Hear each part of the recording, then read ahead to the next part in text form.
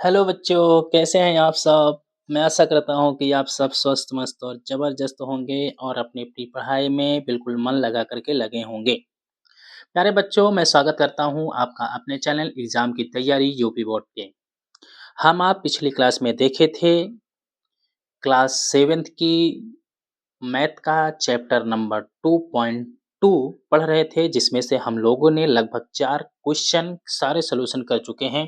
जैसा कि आपको मैं एक बार दिखा दूँ और पिछली क्लास में पिछले वीडियो में आप देख चुके होंगे, ये रही आपकी क्वेश्चन नंबर 4 का फर्स्ट और सेकंड दोनों मैंने आपको करा दिया है। आज मैं आपसे बात करने वाला हूँ क्वेश्चन नंबर 5 और क्वेश्चन नंबर 5 आपका क्या है, यहाँ पे आप देख लीजिए, फिर हम आप यहाँ से पढ़ेंगे और क्वेश्चन का सॉल्यूशन फटाफट करेंगे। देखिए बच्चों क्या कह रहा है, शैली अपने बगीचे में 4 छोटे पौधे एक पंक्ति में लगाती है। कह रहा है क्वेश्चन नंबर 5 पढ़ेंगे, 4 का सारा हो चुका है। जो भी बच्चे अभी तक पहली क्लास नहीं देखे हैं, वे सभी प्यारे बच्चे एक बार पहली क्लास को ज़रूर देखेंगे। अगर आप पहली क्लास को देखेंगे, तभी आप जो है 2.2 की दूसरी क्लास आपको समझ में आएगी। कह रहा है, शैली अपने बगीचे में 4 छोटे पौधे एक पंक्ति में लगाती है। 2 क्रमागत छोटे पौधों के बीच की दूरी 3/4 मीटर है तथा प्रथम एवं अंतिम पौधे के बीच की दूरी ज्ञात कीजिए। तो सबसे पहले हम यहाँ पे बात समझने की कोशिश करते हैं। साइड में बुक को साइड में रखते हैं और यहाँ पे सॉल्यूशन करना स्टार्ट करते हैं, आपको सिखाते हैं। देखिए क्वेश्चन को आपको यहाँ पे हम क्वेश्चन नंबर मैंने कहा क्वेश्चन नंबर आपका जो है क्वेश्चन नंबर 5 है। क्वेश्चन जो है मेरे तो दोस्त क्वेश्चन नंबर यहाँ पे 5 है। क्वेश्चन नंबर 05 ठीक है प्यारे बच्चों, क्वेश्चन नंबर 05 है। क्वेश्चन नंबर 05 आपसे कह रहा है कि शैली अपने बगीचे में 4 छोटे पौधे एक पंक्ति में लगाती है। 4 छोटे-छोटे पौधों को लगाती है। तो क्रमागत छोटे पौधों के बीच की दूरी 3/4 मीटर है। चलो देखो मैं कैसे इस क्वेश्चन को कैसे सॉल्व करता हूँ। कह रहा है 2 2 क्रमागत क्रमागत मीन्स होता है एक को, ठीक है ना? 2 क्रमागत मतलब लगातार है। 2 क्रमागत छोटे पौधों के बीच की दूरी 2 क्रमागत छोटे पौधों पौधों 2 क्रमागत छोटे पौधों के बीच की दूरी के बीच की दूरी इज इक्वल टू 3/4 मीटर है। 3/4 मीटर है। 2 क्रमागत छोटे पौधों के बीच की दूरी छोटे छोटे पौधों की, ठीक है ना? छोटे पौधों, ठीक है ना? पौधों की बीच की दूरी यहाँ पे धा है, ये पौधों है। पौधों के बीच की दूरी 3/4 मीटर है, ठीक है ना? पौधों के बीच की दूरी कितनी है? 3/4 मीटर है। अब देखते हैं प्यारे साथियों कि जो 3/4 मीटर यहाँ पे आपने दिया है, इसको हम आप यहाँ से आपसे जो पूछा है, तो प्रथम और अंतिम पौधों के बीच की दूरी 2 क्रमागत है। कितने पौधे हैं आपके? कितने? 4 छोटे पौधे लगाते हैं। कितने लगाती है? 4 छोटे पौधे लगाती है। छोटे 4 छोटे पौधे लगाती है। पौधे लगाती है। 4 छोटे पौधे लगाती है। तो यहाँ पे पूछा क्या है? प्रथम और अंतिम पौधे के बीच की दूरी।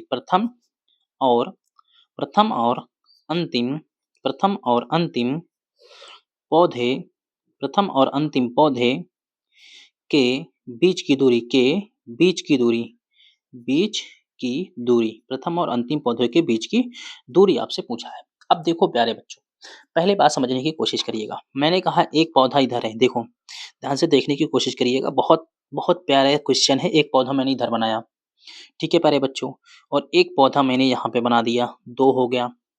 फिर एक पौधा मैंने यहाँ पे बना दिया, आपका 3 हो गया, और एक पौधा मैंने यहाँ पे आपको 4 पौधे बना दिए, ठीक है प्यारे बच्चों।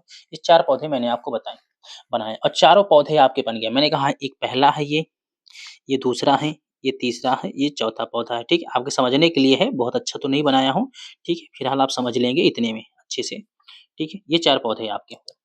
पहले और यहाँ पे 2 क्रमागत पौधों के बीच की दूरी कितनी है? 3/4।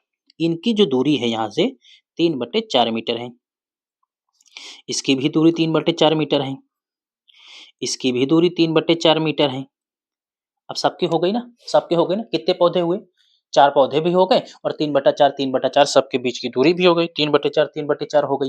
अब इसमें कोई दिक्कत नहीं है। आप कहेंगे हाँ सर कोई दिक्कत नहीं है। तो अब देखो यहाँ पे, अब बात समझने की कोशिश करिए। तो 3/4 कितने हुए? 3/4 अब इसको मैं जोड़ूँगा टोटल। टोटल दूरी मैं यहाँ पे जोड़ता हूँ। यहाँ पे टोटल दूरी जोड़ता हूँ। पहले टोटल निकाल लेता हूँ। टोटल निकालता हूँ। यहाँ पे देखिएगा, इसकी, ये पहले से दूसरे के बीच की दूरी है, दूसरे से तीसरे है, तीसरे से चौथे है। अब यहाँ से यहाँ तक की दूरी देखेंगे, यहाँ से यहाँ तक दूरी निकालेंगे, फिर हम आपको बताएँगे कितनी होगी टोटल, ठीक है ना? तो यहाँ पे हमने लिखा 3/4 प्लस 3/4 प्लस 3/4 मीटर, ठीक है बच्चों? 3/4, 3/4, 3/4 मीटर ये। अब इसको जोड़ लो, तो इन सब का एलसीएम कितना आएगा प्यारे बच्चों? 4 आएगा। यहाँ पे आएगा 4 एकम 4, 3 एकम 3 प्लस 4 एकम 4, 3 एकम 3 प्लस 4 एकम 4, 3 एकम 3, 3 3 6 3 कितना 9 बटे कितना 4 मीटर, 9 बटे कितना 4 मीटर। इसको छोटा करेंगे तो कितना हो जाएगा 2 सही 1 बटे 2 सही 1 बटे 4 मीटर। 4 दूनी 8 1 9, ठीक है बच्चों, यही हो जाएगी 2 सही 1 बटे कितना हो जाएगा 4 मीटर हो जाएगा। 2 सही 1 बटे 4 मीटर हो जाएगा। तो हमसे क्वेश्चन क्या पूछा था? हमसे क्वेश्चन पूछा था प्रथम प्रथम पौधे प्रथम पौधे और और अंतिम पौधे और अंतिम पौधे के बीच की दूरी बीच की दूरी बराबर कितना 2 सही 1 बटे 4 मीटर। यही आपका क्या हो जाएगा आंसर हो जाएगा 2 सही 1 बटे 4 मीटर। मैं आशा करता हूँ कि आप सभी प्यारे विद्यार्थियों को, आप सभी प्यारे बच्चों को इतनी बात समझ में आई होगी। अब हम चलते हैं क्वेश्चन नंबर 6 पे चलता हूँ प्यारे बच्चों। देखो कह रहा क्वेश्चन, लिपिका एक पुस्तक को प्रतिदिन 1 सही 3/4 घंटे पढ़ती है। मतलब प्रतिदिन पर डे पढ़ती है 1 सही 3/4 घंटे। मतलब 1 घंटे इसको अगर हम काटेंगे तो यहाँ से आपका कितना हो जाएगा 4 हो यानी 60 हो जाएगा, 15 चौके 60, 15 तिया 45, 1 घंटे 45 मिनट पर डे पढ़ती है वो। लिपिका एक पुस्तक प्रतिदिन 1 घंटे 45 मिनट पढ़ती है, चाहे 1 घंटे 45 मिनट कह दीजिए और चाहे 1 सही 3/4 घंटे पढ़ती है। वह संपूर्ण पुस्तक को 6 दिनों में पढ़ती है। उस पुस्तक को पढ़ने में उसे कुल कितने घंटे लगे? मतलब 6 दिन पढ़ती है, 6 दिन में पूरी पुस्तक खत्म कर देती है। जैसे आपकी ये मैथ की बुक है, तो आप इसे क्या करते हो 1 सही 3/4, 1 सही 3/4 का अर्थ हो जाएगा, यहाँ पे गुणे 15 कर दी गुणे 60 कर दीजिए तो ये मिनट में हो जाएगा। 4 15 60, 15 तिया 45, 1 घंटा 45 मिनट पर डे पढ़ते हो आप। 1 घंटा 45 मिनट पर डे आप अपनी मैथ की पुस्तक को पढ़ते हो। 6 दिन में पूरी पुस्तक खत्म कर देते हो। अब आप बताइए 6 दिन में आप पूरी पुस्तक खत्म कर देते हो। पर डे सिर्फ इतना ही पढ़ते हो, 1 घंटा 45 मिनट। तो आपने टोटल कितने घंटे पढ़े? 6 दिन में टोटल कितने घंटे आपने पढ़ा? यही हमसे पूछा है। अब आइए सॉल्व चलिए, क्वेश्चन नंबर 6 कह रहा है, लिपिका द्वारा सॉल्व करने की कोशिश करते हैं। क्वेश्चन आपने पढ़ लिया होगा, आपके पास बुक होगी, समझ लिए होंगे। मैंने कहा लिपिका द्वारा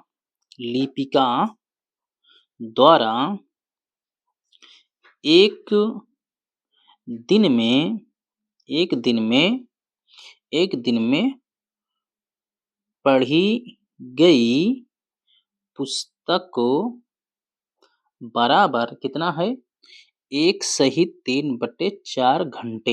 यही तो है ना बच्चों? इसको मैं ऐसे भी लिख सकता हूँ, ऐसे भी लिख सकता हूँ। देखो अगर आप इसको लिखना चाहें ना तो यहाँ लिख सकते हैं 1 सही 3/4 गुणे 60, 4 15 60, 15 तिया 45, मतलब 1 घंटे 45 मिनट। ठीक है, 1 घंटे 45 मिनट ऐसे भी कह सकते हो, और ऐसे नहीं लिखना चाहते हो तो आप ऐसे ही लिख दो, कोई दिक्कत नहीं है। प्रतिदिन मैं कह सकता हूँ प्रतिदिन प्रतिदिन 1 सही 3/4 घंटे पुस्तक पढ़ी जाती है। पुस्तक पढ़ी जाती है, पढ़ी जाती है, जाती है, ठीक है। प्रतिदिन पुस्तक जो पढ़ी जाती है 1 सही 3/4 घंटे पढ़ी जाती है, या 1 घंटा 45 मिनट पढ़ी जाती है, प्रतिदिन पढ़ी जाती है। लिपिका द्वारा लिपिका द्वारा संपूर्ण पुस्तक को, यहाँ कह रहा है लिपिका द्वारा संपूर्ण पुस्तक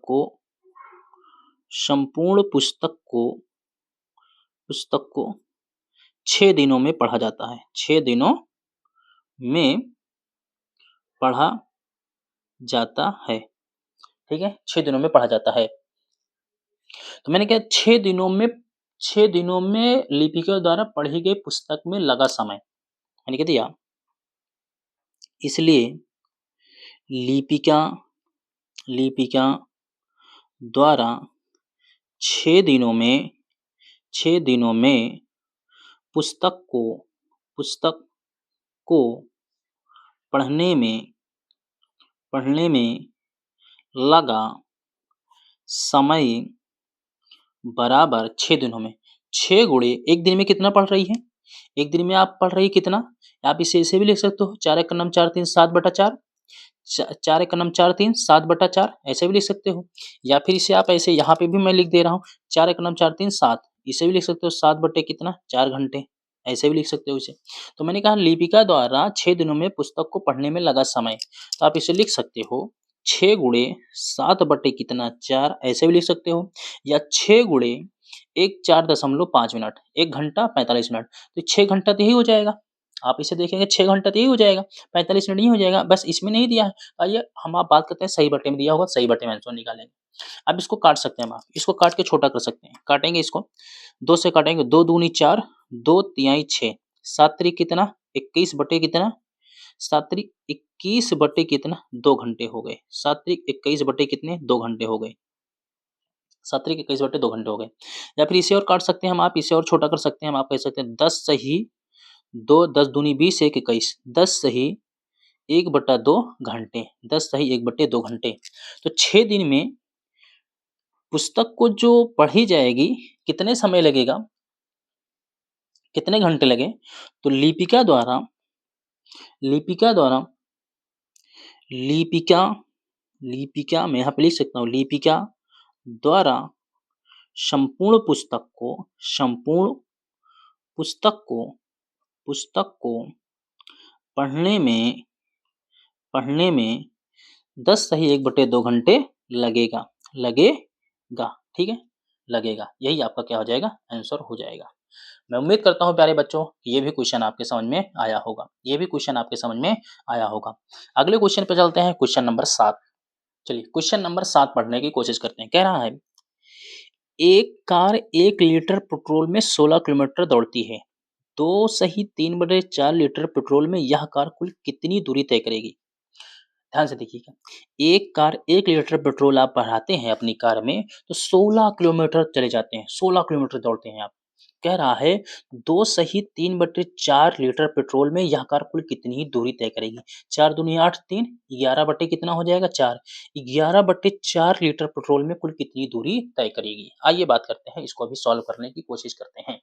इसको भी प्यारे साथियों सॉल्व करने की कोशिश करते हैं।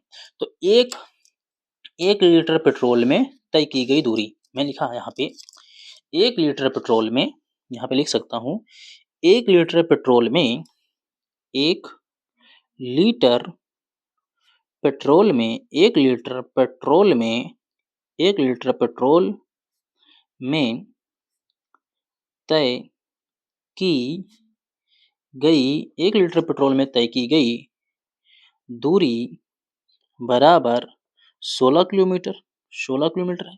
1 लीटर पेट्रोल में 16 किलोमीटर की दूरी तय की जा रही है, तय की गई। अब ये कह रहा है 2 सही 3/4 लीटर पेट्रोल में कार द्वारा तय की गई दूरी। मैंने कहा इसलिए 2 सही 3/4 लीटर पेट्रोल में पेट्रोल में पेट्रोल में तय की गई दूरी इज इक्वल टू, इसे ऐसे लिख सकते हैं, इसे हम ऐसे लिख सकते हैं 4 दूनी 8 3 11 11/4 4 दूनी 8 3 11 मैं लिख सकता हूँ, इसे ऐसे भी लिख सकता हूँ 11/4 लीटर लीटर पेट्रोल में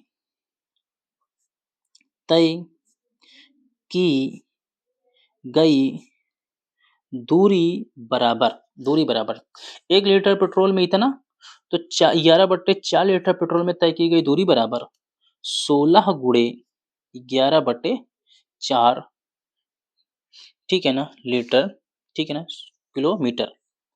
ठीक है, यहाँ पे आपसे पूछ रहा है 2 सही कितनी पेट्रोल द्वारा तय की गई दूरी, तो इसको सॉल्व करेंगे किलोमीटर हो जाएगी 4 चौके 16 11 चौके 44, तो कितनी दूरी हो जाएगी आप कहोगे 44 किलोमीटर 44 किलोमीटर। ठीक है ना, तो आप लिख सकते हो 2 सही 3/4 लीटर में लीटर में लीटर में कार दूरी तय करेगी बराबर 44 लीटर के 44 किलोमीटर के। ठीक है 44 किलोमीटर मीटर के। ठीक है प्यारे बच्चों, मैं उम्मीद करता हूँ कितनी भी बात आपके समझ में आ चुकी होगी। इतनी भी बात आपके समझ में आ चुकी होगी। चलिए क्वेश्चन नंबर यहाँ पे हम देखते हैं, क्वेश्चन नंबर 8। क्वेश्चन नंबर 8 देखने की कोशिश करते हैं। कह रहा है क्वेश्चन नंबर 8 प्यारे बच्चों, कह रहा है आपसे, कह रहा है बॉक्स में संख्या लिखिए ताकि 2/3 बराबर 10/30 हो जाए। अच्छा, बॉक्स में संख्या लिखनी है। बॉक्स में आपको बॉक्स है, बॉक्स में संख्या लिखनी है कि 2/3 बराबर 10/3 हो जाए। तो देखो प्यारे बच्चों, मैं यहाँ पे लिखने की कोशिश करता हूँ। क्वेश्चन यहाँ पे ध्यान से देखिएगा क्योंकि बाग में क्वेश्चन लिखा नहीं है। मैं क्वेश्चन यहाँ पे डायरेक्ट सॉल्व कर रहा हूँ। बॉक्स में संख्या लिखिए ताकि 2/3 बराबर 10/30 हो जाए। मेरे प्यारे बच्चों, यहाँ पे कह रहा है, यहाँ पे 2/3 है, इसको एक बॉक्स बना दिया गया है यहाँ पे, और इस पूरे की वैल्यू यहाँ पे 10/30 लाना है। 10/30 लाना है, 10/30 लाना है। ऐसी कौन सी संख्या यहाँ पे भरें? तो यहाँ पे ऐसी संख्या भरने के लिए मेरे प्यारे बच्चों, यहाँ पे मैं कह सकता हूँ, यहाँ पे मैं कह सकता हूँ कि यहाँ पे अगर मैं 5 भर दूँ, 5 भर दूँ, तो आप कहोगे गुरुजी कैसे? तो मैंने कहा 5 दूनी 10 हो जाएगा, 5 दूनी 10 हो जाएगा। आपने कहा हाँ गुरुजी, 5 दूनी 10 हो जाएगा, इधर 10 हो जाएगा। मैंने कहा यहाँ पे ऐसी कोई संख्या भरो कि ये 30 हो जाए। तो आपने कहा सर जी यहाँ पे 30 10 भर दीजिए। अगर मैं यहाँ पे 10 भर दूंगा बच्चों, तो 10 तियाँ कितना हो जाएगा? 30 हो जाएगा। तो यही उठ करके 10 ऊपर हो जाएगा अंश में, ये हो जाएगा अंश में मेरे प्यारे बच्चों, और यही हो जाएगा आपका हर में। किसमें हो जाएगा? हर में हो जाएगा। तो 10/30 हो जाएगा, 10/30 प्यारे बच्चों हो जाएगा। ठीक है प्यारे बच्चों, कोई दिक्कत नहीं है आपको? किसी को कोई समस्या नहीं? ठीक है, चलिए आगे चलते हैं। क्वेश्चन नंबर 2 में बात करते हैं, और क्वेश्चन नंबर 2 हमसे आपसे क्या कह रहा है? क्वेश्चन नंबर 2 हमसे आपसे कह रहा है बॉक्स में प्राप्त संख्या का न्यूनतम रूप लिखिए। देखिए कह रहा है प्राप्त, बॉक्स में प्राप्त संख्या का न्यूनतम मतलब यहाँ पे इस बॉक्स में जो आया है ना, उसको छोटा करके लिखना है। देखो बॉक्स में, ये बॉक्स में कितना आया है मेरा? 5/10 आया ना, तो इसको मैंने यहाँ पे 5/10 लिख लिया, 5/10 लिख दिया। इसी संख्या का यही यही वाला पूछ रहा है हमसे, इसको 5/10 मेरा आया है, 5/10 मैंने यहाँ पे लिख लिया। अब 5/10 को छोटा कैसे करोगे? तो कहोगे 5 1 जा 5, 5 2 जा 10, 5 2 जा 10। यही हो जाएगा हमारा आपका न्यूनतम रूप। यही हमारा आपका क्या है? न्यूनतम रूप है। यही प्यारे बच्चों हमारा आपका क्या है? न्यूनतम रूप है, न्यूनतम रूप है, न्यूनतम रूप है, रूप है, और यही हमारा आपका है आंसर। यही हमारा आपका क्या है? आंसर है मेरे प्यारे बच्चों। ठीक है, अगले क्वेश्चन पे चलते हैं। चलिए बच्चों सेकंड वाला देखते हैं, और सेकंड वाला हमसे आपसे क्या कह रहा है? सेकंड वाले में क्या कह रहा है? सेकंड वाले क्वेश्चन में कह रहा है बॉक्स में संख्या लिखिए ताकि 3/5 बन जाए 24/75 बन जाए, 24/75 बन जाए। ठीक है, यानी मेरे प्यारे बच्चों यहाँ पे देखिए मैंने क्या कहा है, यहाँ पे इसमें भी 2 क्वेश्चन है, तो फर्स्ट सेकंड में बना लेता हूँ पहले। फर्स्ट और सेकंड को सेकंड में बनाऊंगा। देखो कह रहा है 3/5, 3/5 मैंने लिखा, गुणे एक बॉक्स यहाँ रखिए, इस बॉक्स को यहाँ पे गुणा कर दीजिए, तो 24 बटे कितना हो जाए? 75 हो जाए। 24 बटे प्यारे बच्चों कितना हो जाए? 75 हो जाए। ठीक है, 24/75 हो जाए मेरे प्यारे बच्चों। ठीक है, आइए सॉल्व करने की कोशिश करता हूँ 24/75 को। यानी इसमें बॉक्स में क्या भरना है? तो कोई ऐसी संख्या रखिए जिसे 3 से मल्टीप्लाई करिए 24 आ जाए। तो आप कहोगे सर इधर लिख दीजिए 8 हो जाए। 8 से गुणा कर देंगे यहाँ पे, तो 8 त्रिक 24 हो जाएगा, अंश बन जाएगा, अंश बन जाएगा। ठीक है, और इधर मेरे प्यारे बच्चों यहाँ पे आप कर दीजिए 15, 15 पचे 75 हो जाएगा, यहाँ पे कितना हो जाएगा? 75 हो जाएगा, ये बन जाएगा मेरे प्यारे बच्चों हर बन जाएगा 15। तो आपका जो भरा जाएगा मेरे प्यारे बच्चों, यहाँ पे 8 बटे कितना हो जाएगा? 15 हो जाएगा। यही तुम्हारा आंसर हो जाएगा, यही तुम्हारा आंसर हो जाएगा, और यहाँ पे भी यही आंसर हो जाएगा, यहाँ आंसर हो जाएगा।